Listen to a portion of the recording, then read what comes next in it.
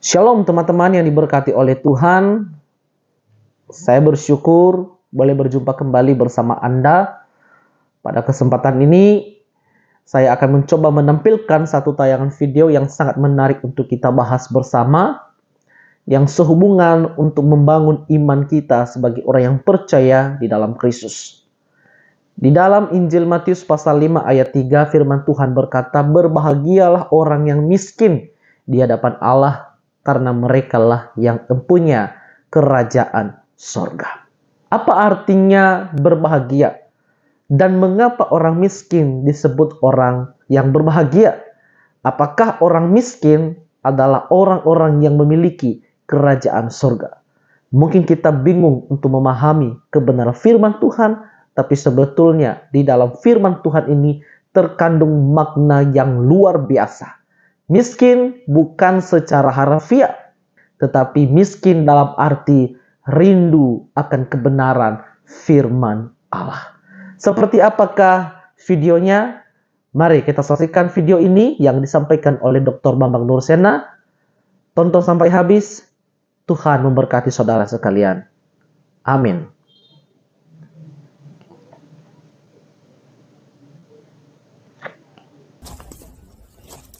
Berada di situs yang penting, sekalipun kita tahu ya, pada saat Antonio Barluzzi, seorang arsitek yang sangat terkenal, yang banyak karya-karyanya itu bisa kita saksikan sampai hari ini di Tanah Suci, antara lain gereja Tabor kemarin, dan yang lain adalah gereja ini yang disebut gereja Sabda Bahagia.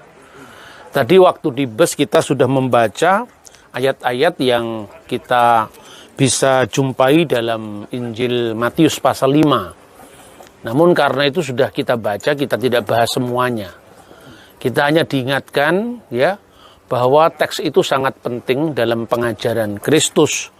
Secara khusus misalnya kalau kita membaca Alkitab dalam konteks, berbahagialah orang yang miskin di hadapan Allah. Ini misalnya ayat 3. Karena merekalah yang mempunyai kerajaan surga.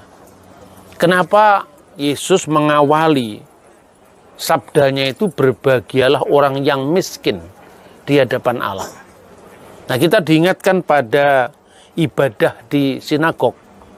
Kita harus membayangkan Yesus itu adalah orang Yahudi. Jangan sekali-kali membayangkan Yesus masuk gereja GPIB atau gereja Katolik gitu ya. Nanti konteksnya nggak dapat. Sebagai seorang Yahudi yang diutus untuk menggenapi Torah, maka dia menjadi Yahudi untuk menggenapi hukum Yahudi. Nah, sebagai seorang Yahudi tentu bahasa sehari-hari yang dipakai Yesus itu kalau ibadah ke Bait suci atau di sinagog itu adalah bahasa klasiknya adalah Hebrew, Ibrani, ya. Tapi kalau percakapan sehari-hari begini bahasa Aramaik. Nah, doa-doa Yahudi itu sampai hari ini juga ditulis atau dilantunkan baik dalam bahasa Ibrani maupun bahasa Aramaik. Misalnya kalau di dalam bahasa Aramaik itu yang disebut doa kadis. Doa kadis itu yit kadal we yit kadasima rabbabi alma misalnya.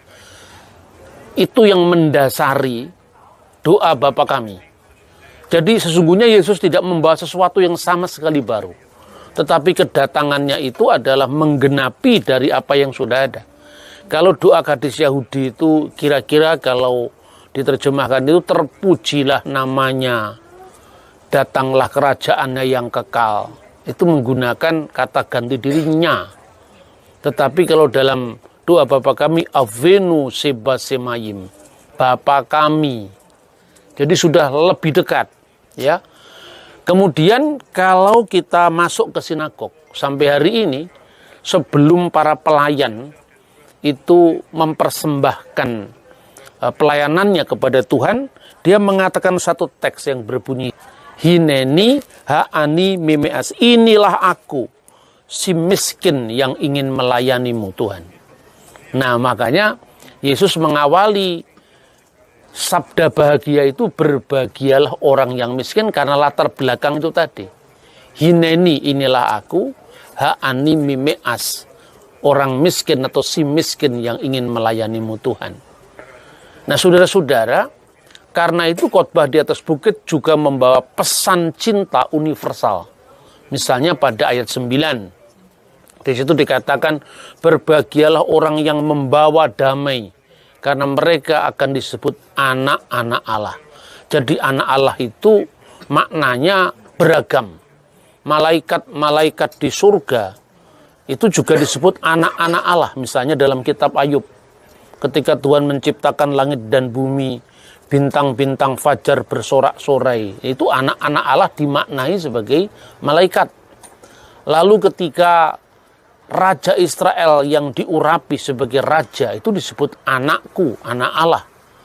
Tetapi orang-orang yang membawa damai, siapapun, agama apapun, disebut anak-anak Allah. Itu pengertian generik dari istilah Bnei Elohim.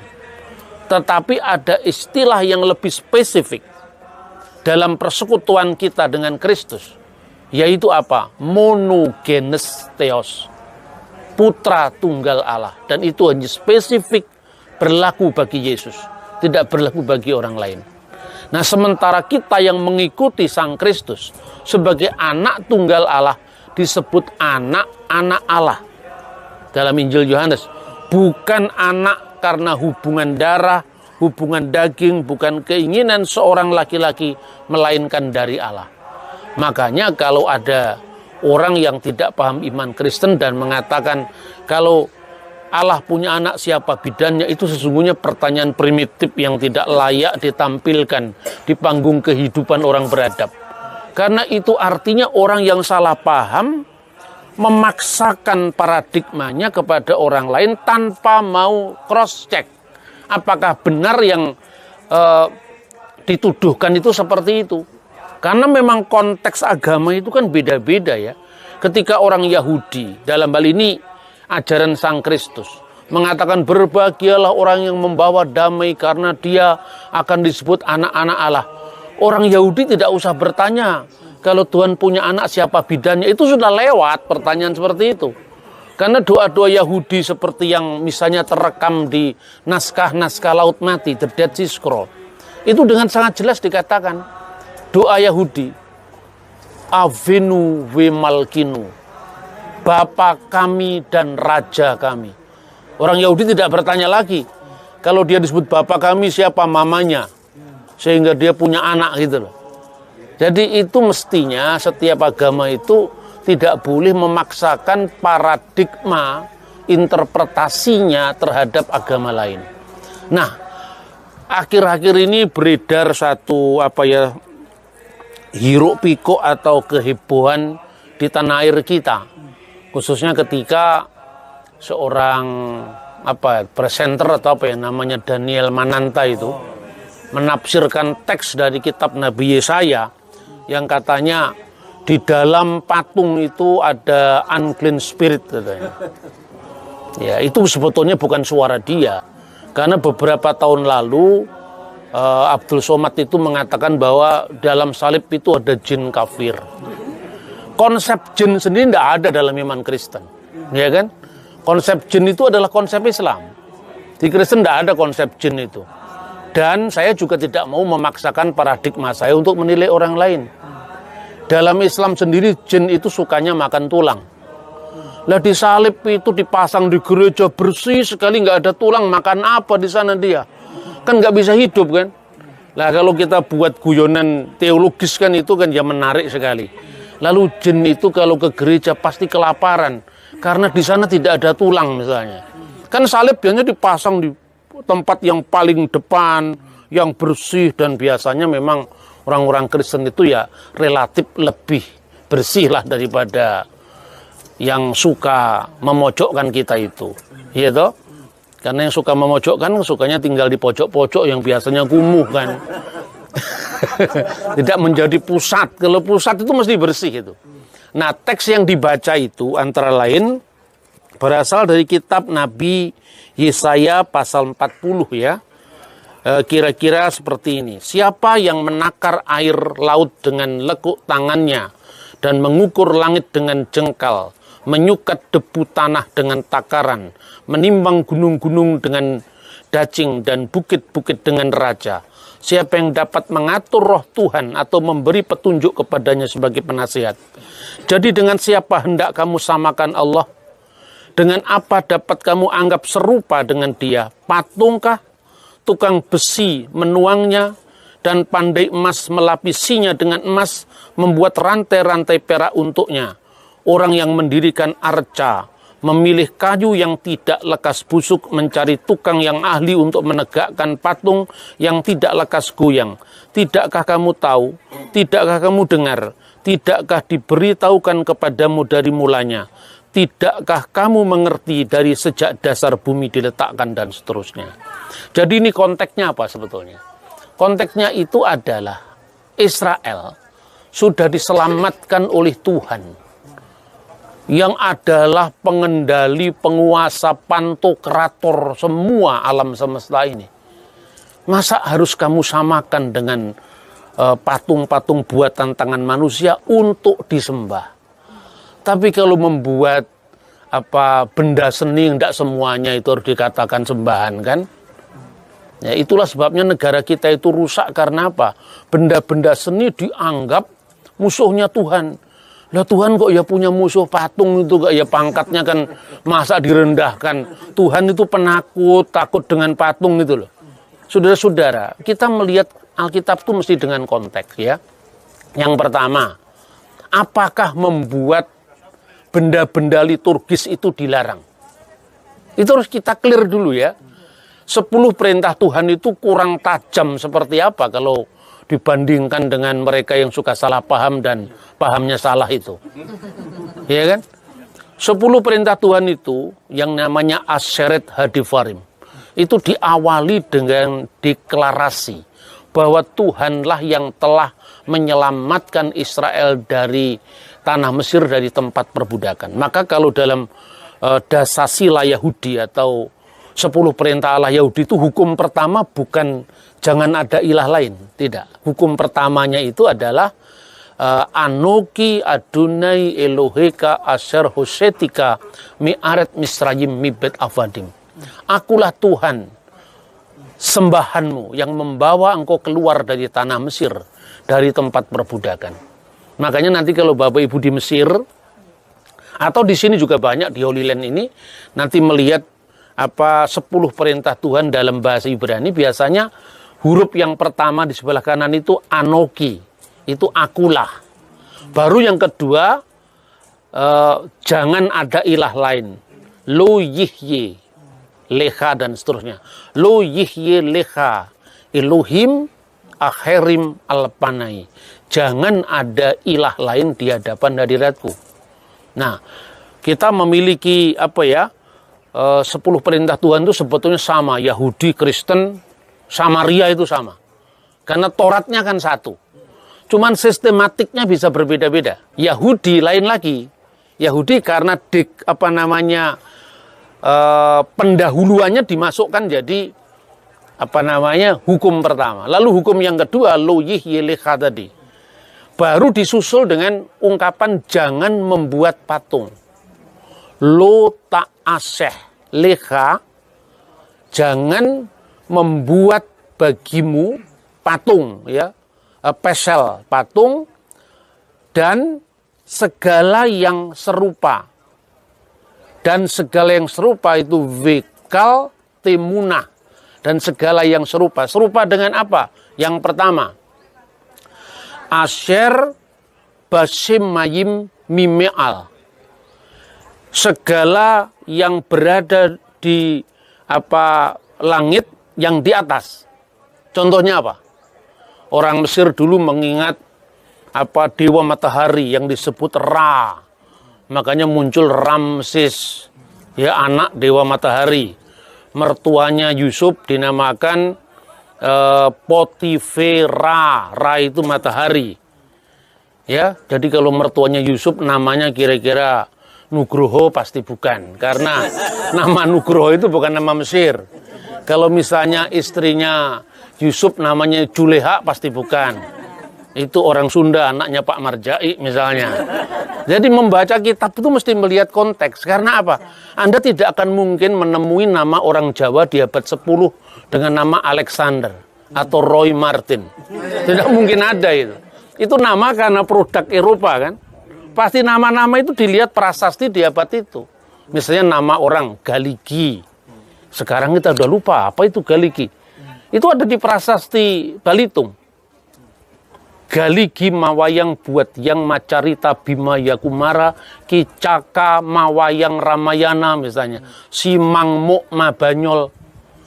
Anda orang Jawa berapa? Mas Anom orang Jawa, Pak Roy orang Jawa. Tapi bahasa Jawa 1000 tahun yang lalu kita sudah sakit ingatan semua. Lu gitu pangkatmu mau ngeritik Alkitab itu apa? Iya toh? 1000 tahun yang lalu kita semua sudah sakit ingatan. Membaca Alkitab itu menyeberangi zaman, ruang, waktu, bahasa. Karena Anda kalau sombong-sombong sering mengkritisi Alkitab, ya boleh saja semua orang awam baca Alkitab. Tapi jangan rumongso biso, nanging biso rumongso. What is the meaning of biso rumongso? Terjemahkan sendiri, ya kan? Gitu loh. Jadi artinya apa? Kita membaca peristiwa 1000 tahun yang lalu pun, itu butuh pemahaman bahasa kuno. Apalagi peristiwa ribuan tahun, zamannya Musa, zamannya Daniel, zamannya Yesus, zamannya Yesaya, ayat yang kita baca tadi. Baik, jadi yang ada di langit yang di atas. Lalu yang kedua, V Asher, yang apa Ba Eret, dan yang ada di bumi, Mitahat, bumi yang ada di bawah. Orang Mesir punya misalnya dewa sapi, ya. Itu konteksnya apa? Hathor. Hathor itu adalah bentuknya lembu. Nah, dia punya anak laki-laki namanya itu Happy atau Apis kalau bahasa Koptiknya. Itu yang mengikat bangsa Israel. Makanya ketika mereka sedang dalam keluaran dari tanah Mesir, Eksodus itu, Tuhan menghendaki jiwa mahardika, jiwa yang merdeka. Tapi paradigmanya tertinggal di Mesir. Karena itu di padang gurun, salah satu godaan bagi Israel itu adalah menyembah anak lembu emas. Anak lembu emas itu Apis. Apis itu anaknya yang namanya Hathor. Ya, nanti ketika Israel terbelah menjadi dua, kerajaan utara berpusat di Samaria, sebelumnya di Tirsa, kerajaan selatan berpusat di Yerusalem. Mereka juga mengulangi hal yang sama, tapi lebih canggih. Karena pada saat itu Allah Israel itu disinkretiskan dengan Dewi Kesuburan Asyera. Sehingga bukan lagi patung anak lembu emas dalam Septuaginta itu adalah patung sapi betina. Itu terjadinya tidak pada saat keluaran. Sapi betina itu terjadinya pada saat Samaria. Peristiwa Samaria. Itu artinya apa? Jangan menyerupai dengan yang ada di bumi yang ada di bawah. Termasuk patung sapi betina atau patung anak sapi zaman keluaran. Lalu W Asher dan yang Bamayim yang ada di dalam air, Mitahat La'aret yang ada di bawah bumi. Misalnya orang Mesir punya dewa, itu dewa namanya Sobek atau dewa buaya. Itulah yang Tuhan peringatkan di 10 perintah Tuhan itu. Dan semuanya itu berkaitan dengan apa? Berkaitan dengan penyembahan patung-patung yang berhubungan dengan komitmen mereka kepada Tuhan yang tidak mau diduakan, tidak mau diserupakan. Itu konteksnya. Tapi kalau membuat arca, membuat benda liturgis yang itu berkaitan misalnya gambarnya malaikat, boleh. Contohnya kita baca ya satu ayat. Itu semua harus ada dasar teksnya, dasar biblikalnya ya. Misalnya kita bisa baca di dalam kitab Keluaran 25 ayat 18. Dan haruslah kau buat 2 kerub dari emas. Kau buatlah itu dari emas tempaan pada kedua ujung tutup perdamaian itu. Ini jelas. Tuhan membolehkan membuat gambar kerubim. Kerubim itu kan gambarnya malaikat. Itu 3 dimensi loh, bukan 2 dimensi. Artinya bikin patung ciptaan itu boleh. Ya toh? Karena apa? Manusia itu kan membutuhkan Membutuhkan sebuah visualisasi dari yang tidak kelihatan. Tetapi Tuhan memberikan pedoman yang boleh kamu visualisasikan itu adalah ciptaan. Atau misalnya orang-orang yang disebut hamba pilihan, tidak semua pukul rata. Jangan membuat patung, misalnya patung apa dulu. Gitu. Makanya kalau di dalam gereja itu ada ikon. Ikon itu sendiri teksnya ada di dalam kitab suci. Yesus disebut sebagai ikon dari Allah yang kelihatan. Karena itu wujud inkarnasi. Firman menjadi manusia. Lah kalau firman menjadi manusia kan bisa digambar. Kalau Taurat sudah ditulis dalam bahasa Ibrani kan juga bisa ditulis. Nah sekarang tulisan, gambar, patung 3 dimensi itu kan tinggal kita melihat dari aspek mana gitu loh. Jadi tidak sesederhana dikatakan dalam patung ada unclean spirit. Spirit apa itu? Melihat sejarah harus jelas ya. Maka selama kita di kota suci ini kita bisa meningkatkan kepekaan rohani kita dengan refleksi-refleksi yang bisa membuat kita lebih dekat pada Tuhan, tetapi juga beriman secara cerdas. Bukan sekedar mengasihi Tuhan dengan segenap hati, penghayatan. Dukun itu kan juga penghayatan. Tapi dengan logika, ya kan, diimbangi mengasihi Tuhan dengan segenap akal budi. Nah, contoh sekarang. Ketika Tuhan menyatakan diri kepada Musa, dia menyatakan diri apa? Aku adalah aku. Ehyeh, Asyar, Ehyeh. Aku adalah aku. Kenapa? Itu menjadi sangat penting. Karena itu menekankan kemahahadiran Tuhan. Sebelum kata esa, itu yang penting hadir dulu. Maka kalau dalam bahasa Latin, omnipresent. Omni itu lebih mendalam ketimbang unum. Omni itu adalah kesegalaan, kesemestaan, ya, kemahadiran. Maka Tuhan menyatakan diri, aku adalah aku. Kalau secara harafiah artinya aku ada yang aku ada. Jadi Tuhan itu maha ada. Maka di dalam Septuaginta, Alkitab dalam bahasa Yunani yang diterjemahkan di Alexandria abad ketiga sebelum Masehi, itu disebutkan dalam terjemahan sana, terjemahan Septuaginta, ego eimi hoon. Hoon itu yang menjadi kata ontologi, ya, keberadaan. Jadi Tuhan itu bukan sekedar ada, tapi maha ada. Apa bedanya? Mahanya itu lebih penting. Saya ada ketika saya 10 tahun yang lalu, 20 tahun yang lalu keadaannya tidak seperti ini. Rambut saya masih gondrong, masih lebat. Sekarang mulai terkikis oleh zaman. Setelah 20 tahun mulai memutih, mulai jarang. Jadi keberadaan manusia kan temporal, tidak ada yang abadi. Maka dulu saya tidak ada, kini saya ada, nanti saya tidak ada lagi secara fisik. Itu manusia. Tapi Tuhan, pernahkah dia tidak ada? Dia selalu ada. Makanya dalam doa Yahudi yang namanya Adon Olam, itu ditekankan bahwa Tuhan itu Vehu hayah, vehu howeh, vehu yihye batif arah. Dia yang sudah ada, yang ada, dan yang akan ada. Yang seterusnya ada. Dan itulah yang mendasari doa Rasul Yohanes dalam kitab Wahyu. Di mana Tuhan menyatakan diri yang ada, yang sudah ada, dan yang akan datang, yang maha kuasa. Itu yang ditekankan dengan kemahaadaan Tuhan. Kalau 1, 2, 3 itu setelah ada ciptaan. Sebelum ada ciptaan, belum ada 1, 2, 3, Pak Gendut naik kuda, belum ada. 1, 2, 3 itu karena apa? Sudah ada yang lain. Coba sekarang. Tuhan mengatakan, aku adalah aku. aku. Adanya aku itu kan setelah ada engkau. Makanya dibedakan ketika masih satu. Sebelum dunia ada, yang ada siapa? Hanya Tuhan. Ciptaan belum ada. Ketika ciptaan sudah ada, baru ada selain aku, yaitu kamu. Itu baru ada dua. Gitu.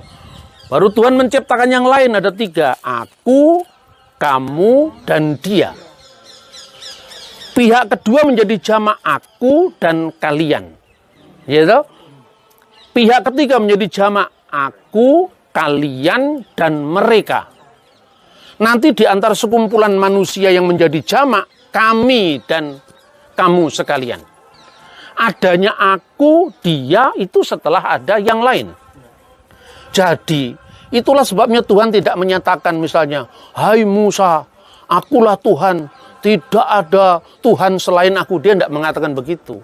Karena itu setelah ada ruang, setelah ada waktu, setelah ada bilangan. Jadi iman Kristen itu mendalam, saudara-saudara.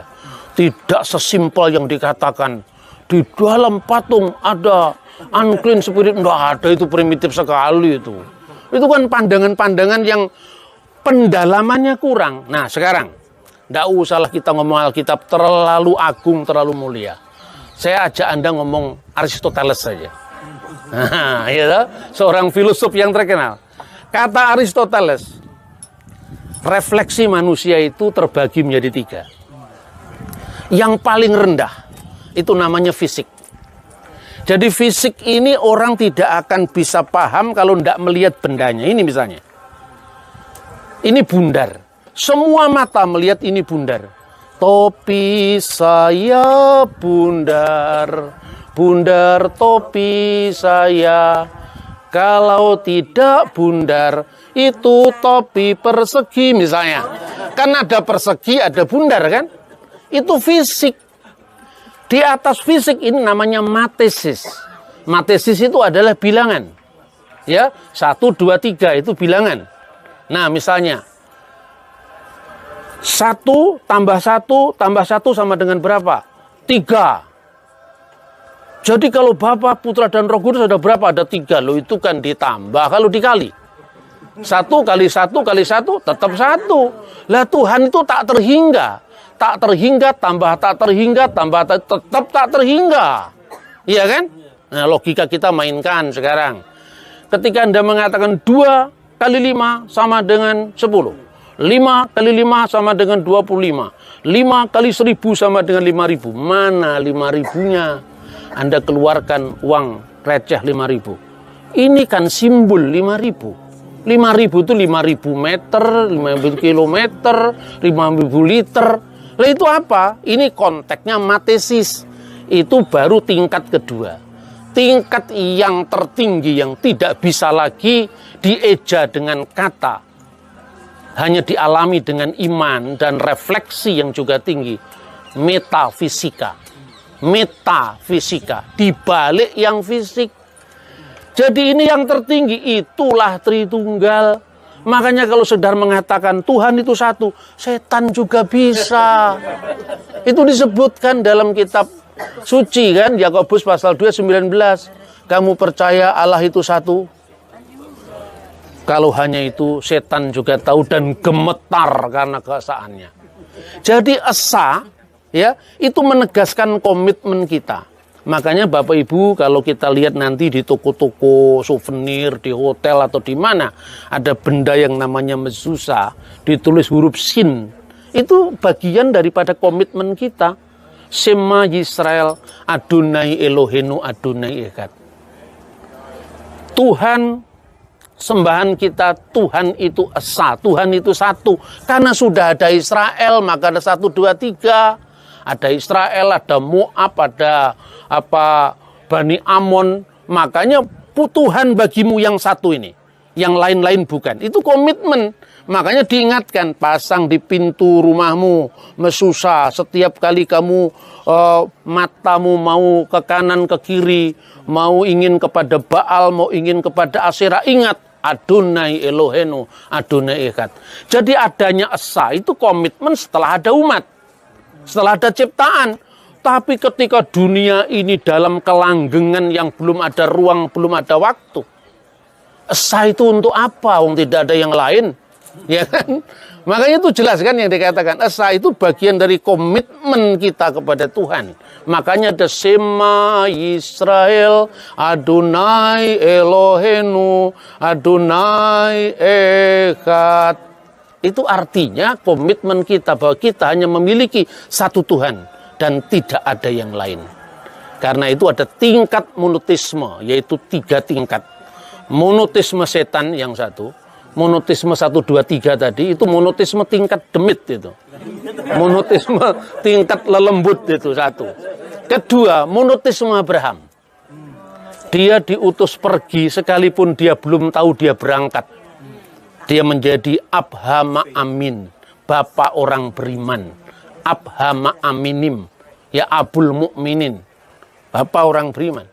Lalu yang ketiga adalah monoteisme Tritunggal Maha Kudus. Itu monoteisme yang tertinggi karena tidak lagi bicara tentang ruang, waktu, bilangan. Maka dikatakan nu'min bi ilahin wahid. Aku percaya kepada satu Tuhan, satu junjungan agung, satu Adonai, satu Kurios, yaitu Yesus Kristus. Putra Allah yang tunggal.